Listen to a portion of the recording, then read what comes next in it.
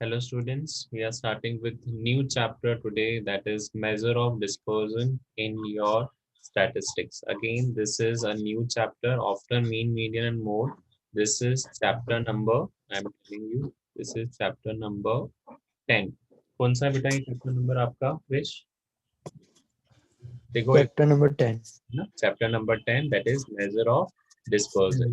अब ये जो चैप्टर है बेटा इसमें हम देखेंगे आपके मीन और जो आपने मीन निकाला था उससे हम स्टैंडर्ड डेविएशन कैसे निकालेंगे, उससे अपन कोवेरियंस कैसे निकालेंगे, ये सारी चीजें अपन इस चैप्टर में देखेंगे। That mean can be use for calculation of this covariance, mean can be use for calculation of other things also. Now let us start with this particular chapter. सबसे पहला, you have studied how to sum up the data into a single representative value. कौन कौन सी value निकाली थी बेटा अपन ने सिंगल रिप्रेजेंटेटिव में? लास्ट चैप्टर में कौन सी निकाली थी? अपन ने मीन निकालना सीखा, अपन ने मीडियन निकालना सीखा, अपन ने मोड निकालना सीखा। तो ये अपन ने देखा and they are representing data. However that value does not reveals the variability present in data। मतलब ये जो आप निकाल रहे हो डाटा, ये आपको ये नहीं बताएगा कि कितना चेंज आएगा, ओके, कि कैसे चेंज आएगा, क्या वेरिएशंस आएंगे, ये मीन मीडियन मोड से पता नहीं चलेगा। Average will try to tell you one aspect of distribution. क्या बताता है एवरेज बेटा? Only one aspect of distribution, that is representative value. Just a second. Averages will try to tell you only one aspect of distribution, that is representative value, कि आप क्या represent कर रहे हो, या तो मीन निकाल रहे हो, या तो मीडियन निकाल रहे हो, या तो मोड निकाल रहे हो। But coming to understanding better, आप ये देखोगे कि उसकी स्प्रेड ऑफ वैल्यूज क्या है। So averages will not tell you कि क्या ये जो वैल्यूज हैं इनमें हम रिलाई कर सकते हैं। सपोज आज अपन ने मीन निकाला, तो क्या मीन एक रिलायबल वैल्यू है, क्या मीडियन एक रिलायबल वैल्यू है, या जो अपन ने मोड निकाला, क्या these three representative values are they reliable? So इनको टेस्ट करने के लिए बेटा इनके फर्दर कैलकुलेशंस होते हैं। There are various measures by which we will go for measure of dispersion. So, okay, if you have under another value which reflects the quantum of variation in values, your understanding for distribution improves। अब बेटा dispersion का simple meaning है कि जो आपने value निकाली है, whatever value you have taken out, you have to see that is it perfect value, उसमें कोई भी चेंजेस हैं तो नहीं, अगर चेंजेस आ रहे हैं तो वो कैसे चेंजेस आ सकते हैं। That can be done with the following types of particular. So अपन मीनिंग की बात करें तो डिस्पर्जन क्या है बेटा? चलो Krish just read out dispersion का मीनिंग क्या लिखा है बेटा? dispersion is the extent to which value in distribution differ from the average of distribution। Okay, क्या बोल रहा है? Dispersion is the extent in which what will happen. First and foremost क्या बोला? Dispersion is a in the extent to which values in a distribution differ from the average। मतलब जो आपने average निकाला है, दैट मीन निकाला है, उससे आपकी वैल्यूज कितनी डिस्पर्स हो रही है, मतलब क्या डिफरेंस चल रहा है मीन में और आपकी एक्सट्रीम वैल्यूज में। इसीलिए अपन क्या कराते हैं, यहाँ पे डिफरेंस अपना डिस्पर्जन निकालते हैं। अगर डिस्पर्जन ज्यादा है बेटा, take for the example mean और अपने एक्सट्रीम वैल्यूज में डिस्पर्जन ज्यादा है, मतलब ये जो मीन निकाली है इसको हम रिप्रेजेंटेटिव वैल्यू नहीं मान सकते। क्यों नहीं मान सकते? Because it can not represent the whole scenario. Take for the example, जैसे मैंने यहाँ पे मीन निकाला 10, 20, 30 और फिर 100। अब इनका मीन निकालो तो क्या आएगा बेटा? कैसे निकालते हैं अपन mean? how we calculate mean? Sum of observation upon number of observation। तो करो 10 plus 20 plus 30 plus 100 कितना हुआ बताओ?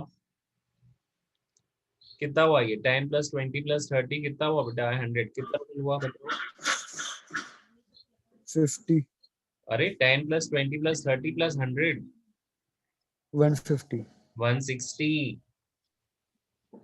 अच्छा 160 है ना बेटा? 10 plus 20 plus 30 plus 100। और अगर इसको डिवाइड करूंगा number of observation, number of observation कितने? 1 2 3 4। सो 160 डिवाइडेड बाय 4 कितना होगा आंसर, बताओ। 160 डिवाइड बाय 4 कितना है, कितना होगा क्रिश, सौम्य कितना होगा क्रिश, बताओ बेटा। 40। 40। अब 160 डिवाइड बाय 4 करा तो ये आपका आंसर आया 40। अब ये जो 40 निकाला है बेटा, इसमें आप देखो इसका डिफरेंस इससे, take for the example difference 10 से, कितना डिफरेंस है, 40 माइनस 10, 30 का गैप। वही अब एक्सट्रीम वैल्यू 100, उससे डिफरेंस कितना है, 40 माइनस 100 इज 60। सो यहाँ पे कितना वेरिएशन है कि भैया ये जो 40 है it is not able to represent 10, it is not able to represent 100 also. So यहाँ पे डिस्पर्जन ज्यादा है। So in that case you will understand what is the difference values, dispersion कितना है। सो फर्स्ट ऑब्जेक्टिव क्या बोला, first we will be checking whether the data which we have calculated are they reliable। जो अपन ने data निकाला है, suppose mean निकाला है, मीडियन निकाला है या मोड निकाला है, आर दोज डाटा रिलायबल। अगर वो डाटा रिलायबल नहीं है तो फिर अपन उनको नहीं मानेंगे, मींस डिस्पर्जन अगर ज्यादा है मतलब these datas are not reliable.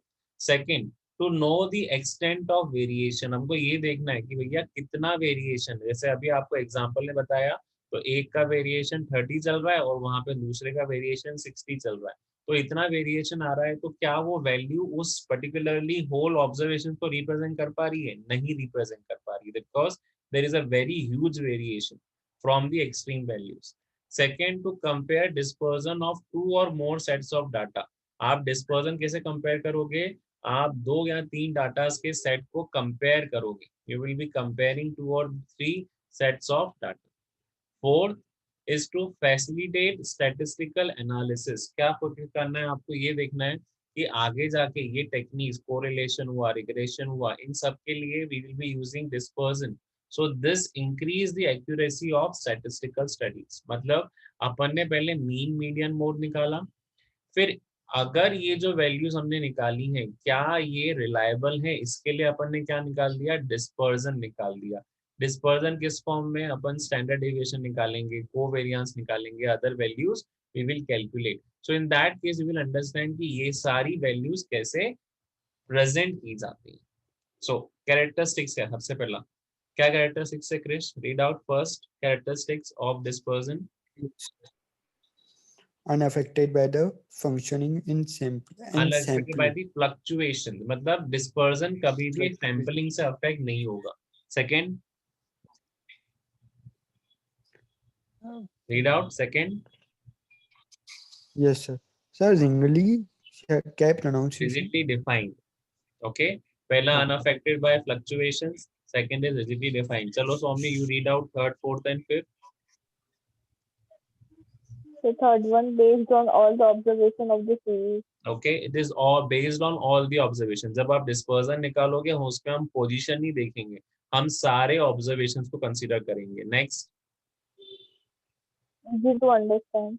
Easy to understand. जैसे अपन ने निकाला मीन डेविएशन, अभी आप मीन डेविएशन भी निकालोगे, आप पर्टिकुलरली क्वार्टाइल डेविएशन भी निकालोगे, आप particularly you will be calculating standard deviation also. So you will be able to understand कि मीन डेविएशन कैसे निकाला जाता है, स्टैंडर्ड डेविएशन कैसे निकाला जाता है, and they will be helpful that yes the answer is correct. Now next, Easy to calculate and simple to apply. okay, it is very easy to calculate। जब आपको कैलकुलेशन समझाऊंगा you will able to understand how to calculate mean deviation, quartile and standard deviation। next बेटा, Capable of further algebraic treatment. capable of further algebraic treatment, मतलब जो भी आप mean deviation, quartile deviation और standard deviation इनको आप further use भी कर सकते हो। कैसे, coefficient निकालने में we will go for coefficient of mean deviation, we will go for coefficient of quartile deviation, we will go for coefficient of standard deviation या coefficient of variance also। okay, now let us see the absolute measures and relative measures बेटा।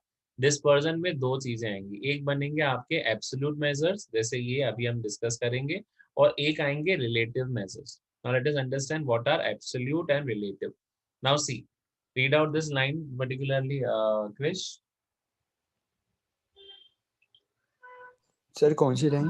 ये read out करो पूरा paragraph. अच्छा, the measure of depreciation which are expressed in the term of original unit of a given set of data or known as series are absolute, known मतलब as बेटा जिनको हम absolute originally units. Express कर पा रहे हैं, the measure of dispersion which are express in original units, मतलब उन्हें जैसा आया है वैसे ही रिप्रेजेंट कर रहे हैं। Okay, that is absolute measure, they are measured in the same unit as given in the variables. अगर वेरिएबल्स केजी में दिया हुआ है तो ये भी केजी में आएंगे, अगर वेरिएबल लीटर्स में दिया हुआ है तो ये भी हम लीटर्स में निकालेंगे, अगर वेरिएबल मीटर्स में दिया है तो ये भी हम मीटर्स में निकालेंगे।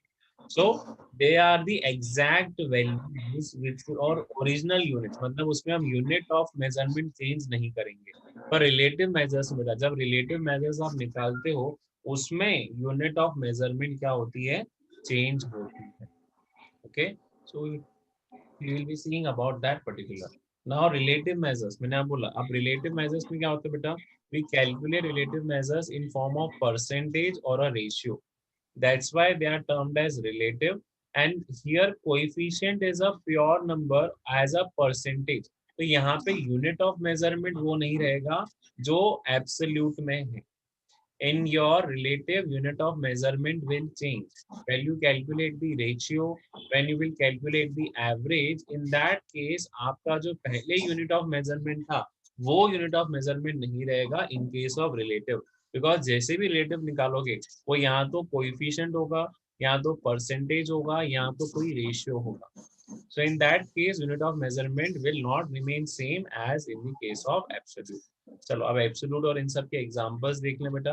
तो एब्सोल्यूट में ये सब हम पढ़ेंगे, पहला पढ़ेंगे रेंज, फिर पढ़ेंगे क्वार्टाइल, फिर पढ़ेंगे मीन, फिर पढ़ेंगे स्टैंडर्ड डेविएशन और लॉरेंस कर्व।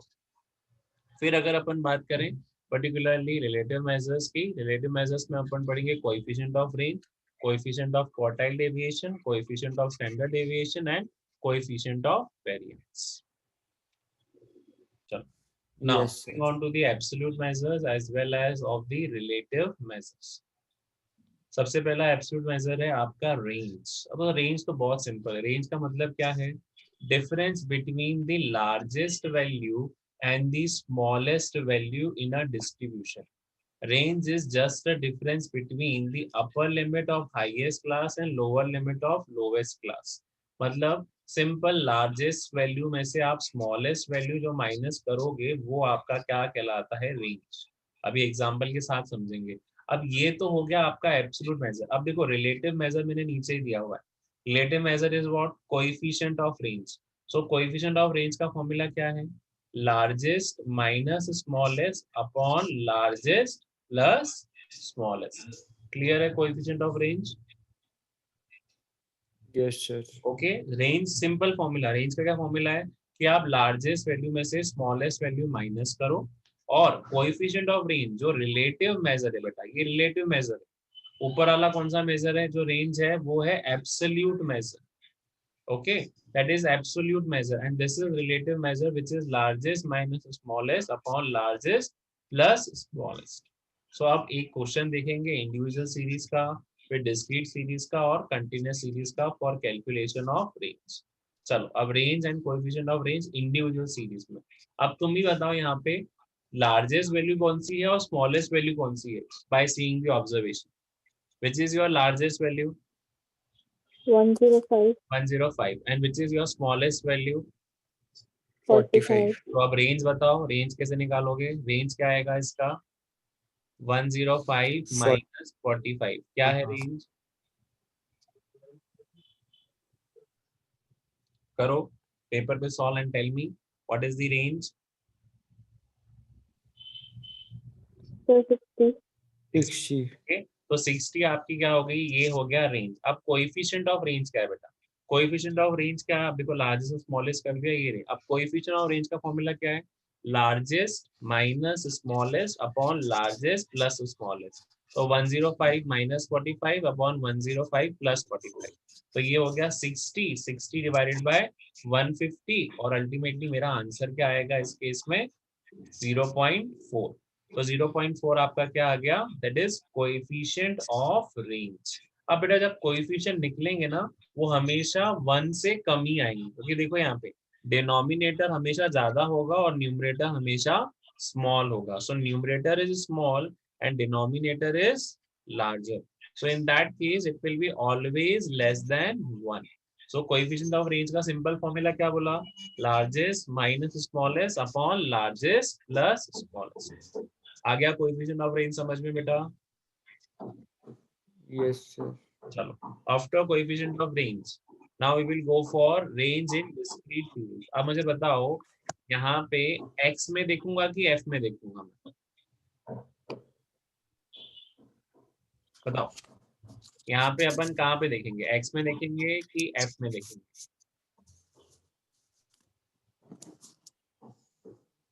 बताओ. Correct. हाईएस्ट वैल्यू किसमें देखोगे? x में कि f में? F. f में हाईएस्ट वैल्यू देखोगे. फ्रीक्वेंसीज हाईएस्ट होती है क्या? क्या फ्रीक्वेंसीज ऑब्जर्वेशन होती है क्या? मेरे इसमें ऑब्जर्वेशन क्या है और फ्रीक्वेंसी क्या है? What are my observations? Tell me. मेरे इसमें ऑब्जर्वेशन कौन से हैं? ये x मेरा ऑब्जर्वेशन है कि फ्रीक्वेंसी मेरे ऑब्जर्वेशन है? Correct. दोनों ही है क्या? क्या है? x मेरे सिर्फ X. ऑब्जर्वेशंस हैं कि फ्रीक्वेंसी मेरे ऑब्जर्वेशन है? Tell me. X observation. तो अपन कहाँ से देखेंगे? अपन देखेंगे सीधा x को. मुझे f से मतलब ही नहीं है, याद रखना रेंज के केस में. अब इसमें हाईएस्ट वैल्यू क्या है बेटा? What is your highest value? 20.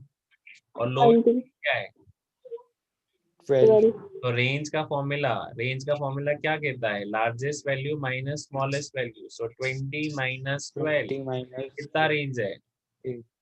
8. 8. तो अपने को फ्रीक्वेंसी नहीं देखनी है, याद रखना बेटा. इसमें फ्रीक्वेंसी का कोई इश्यू नहीं है. अब आ जाते हैं coefficient of range. Coefficient of range के लिए क्या फॉर्मूला है? Largest minus smallest upon largest plus smallest. तो रेंज तो अपन ने निकाल लिया. कोएफिशिएंट ऑफ रेंज का formula largest minus smallest upon largest plus smallest. तो ये हो जाएगा 20 माइनस 12 अपॉन में 20 plus 12 which is 8 divided by 32. तो आपका आंसर हो जाएगा 8 1 जा 8 4 जा 32 1/4. तो आंसर आ गया 0.25. क्लियर हो गया? Yes, sir. ओके. Yes, अपन sir. को फ्रीक्वेंसी को यहाँ पे जरा सा भी नहीं देखना है. अपन किसको देखेंगे? एक्स को. वैसा ही बेटा अब कंटीन्यूअस सीरीज में क्या करेंगे अपन? कंटीन्यूअस सीरीज में हम डिस्क्रीट जैसा ही करेंगे. अपन वापस एफ को नहीं देखेंगे. अपन किसको देखेंगे? सीधा सीधा आपके क्लास इंटरवल को. तो जब आप क्लास इंटरवल बनाओगे व्हाट विल हैपन? बताओ. इसमें हाईएस्ट वैल्यू क्या है और लोवेस्ट वैल्यू क्या है? क्लास इंटरवल 72 हाईएस्ट वैल्यू क्या है? और 72. 70 to 80 में हाईएस्ट वैल्यू क्या है बेटा? अगेन Again 70 to 80 में हाईएस्ट वैल्यू क्या है? 80. 80. और लोएस्ट वैल्यू क्या है? बताओ. 70. 20 to 30 में लोएस्ट वैल्यू 20. तो अब इसका रेंज क्या होगा? रेंज क्या होगी बेटा? बताओ. Highest largest value minus smallest value कितना हुआ? 60. 80 माइनस 20 दैट इज 60. अब वही कोएफिशिएंट ऑफ रेंज कैसे निकालेंगे? Coefficient of range by formula largest minus smallest upon largest plus smallest. तो स्मॉलेस्ट और लार्जेस्ट वैल्यू हमने निकाल ली. यहाँ पे रेंज निकाल ली. कोएफिशिएंट ऑफ रेंज का फॉर्मूला लगाया 80 माइनस 20 और divided by 80 plus 20 that will be equals to what? 60 divided by 100. So ultimately मेरा आंसर क्या बना यहाँ पे? 0.6. यहाँ से ये जीरो कैंसिल. मेरे पास बचा 6/10. तो 6/10 किसके इक्वल हो जाएगा? 0.6 के बराबर. क्लियर है? Yes, sir. Yes, sir. Okay. चलो अब आगे बढ़ जाएं अपन इस केस में. क्लियर हो गए रेंज के पूरे cases, coefficient of range as well as range formula. Yes, sir. चलो अब आगे बढ़ते हैं so that we will be able to understand the merits and demerits. बस अब ये आज रेंज पे खत्म करते हैं, कल अपन डिस्कस करेंगे अबाउट दी अदर थिंग्स। चलो, रेंज का सबसे पहला क्या है, इट इज रिजिडली डिफाइंड। पहले से ही पता है फॉर्मूला, लार्जेस्ट माइनस स्मॉलेस्ट, तो रेंज का रेंज यही रहेगा। Second, it is very easy to calculate and interpret. मैंने सिर्फ देखी लार्जेस्ट वैल्यू और स्मॉलेस्ट वैल्यू देखी, उनका डिफरेंस निकाला, ultimately I am able to calculate very easily. Third, it is time saving and measures of variability, मतलब बहुत time saving है, ज्यादा टाइम नहीं लगेगा रेंज कैलकुलेट करने में, रेंज इतनी जल्दी निकल जाती है। अभी तुमने देखा अपन ने तीनों सीरीज कितने जल्दी कर ली, विद इन 10 मिनट्स हमने तीनों सीरीज खत्म कर ली। And last, it is widely used in statistical series, मतलब सबसे ज्यादा यूज करने वाला जो मेथड है that is range. Okay, so these are the merits of range. फिर आ जाते हैं बेटा अपन डीमेरिट्स पे। सबसे पहला, it does not depends on all the values. क्यों? क्योंकि इसमें हम लार्जेस्ट वैल्यू देखते हैं और स्मॉलेस्ट वैल्यू देखते हैं, और उसके अलावा और कोई वैल्यूज हम नहीं देखते, हम सिर्फ लार्जेस्ट और स्मॉलेस्ट में खत्म। Second, it is affected bye extreme values. जितनी ज्यादा एक्सट्रीम वैल्यू होगी उतनी ज्यादा रेंज आएगी। मतलब सपोज मान के चलो 1 एक स्मॉलर वैल्यू और 100 मेरी एक्सट्रीम वैल्यू, तो मेरा रेंज बन जाएगा 99। अब अगर ये और ज्यादा हो जाता है, 100 की जगह यहाँ पे 200 आ जाता है, तो मेरी रेंज क्या हो जाएगी 199। सो इट जितनी ज्यादा एक्सट्रीम वैल्यूज चेंज होंगी उतना ज्यादा आपका क्या होगा, रेंज चेंज होगा। Third, it can not be calculated in open and classes, मतलब ओपन एंड सीरीज में आप इन्हें नहीं निकाल सकते। क्यों? क्योंकि ओपन एंड सीरीज में ना लोअर लिमिट है फर्स्ट क्लास की और अपर लिमिट भी नहीं है लास्ट क्लास की। तो अपन ने जब फॉर्मूला देखा था कंटिन्यूस सीरीज में, तो उसमें दोनों चाहिए। तो अगर ये दोनों वैल्यूज ही नहीं है, so I will not be able to calculate. Next, it is affected by fluctuations in sampling, मतलब फ्लक्चुएशंस किसमें करा है, सैम्पलिंग में। अब अफेक्ट हो जाता है क्योंकि अगर अपन ने सैम्पलिंग में लार्जेस्ट वैल्यू और स्मॉलेस्ट वैल्यू हटा दी, so ultimately what will happen, it will be affected by fluctuations. Next, it does not reflect the pattern of distribution of series, मतलब अगर आप रेंज निकाल भी देते हो तो इससे पैटर्न ऑफ सीरीज पता नहीं चलेगा। पैटर्न क्या चल रहा है, क्या वो डिस्क्रीट सीरीज है, क्या वो कंटिन्यूस सीरीज है, क्या वो इंडिविजुअल सीरीज है, इससे पता नहीं चलेगा। Okay, it will be only just giving you the answer of range. Clear है बेटा डीमेरिट्स भी? तो चलो अपन कल Yes. से स्टार्ट करेंगे our new topic that is quartile deviations. In the coming lecture I will be starting with the next. So today अपन ने खत्म करा। So thank you students for listening today's lecture. Do subscribe my channel for further updates in statistics and economics, and do share the video with other friends so that they can also learn, and do hit the like button if you like the video. Thank you students for listening today.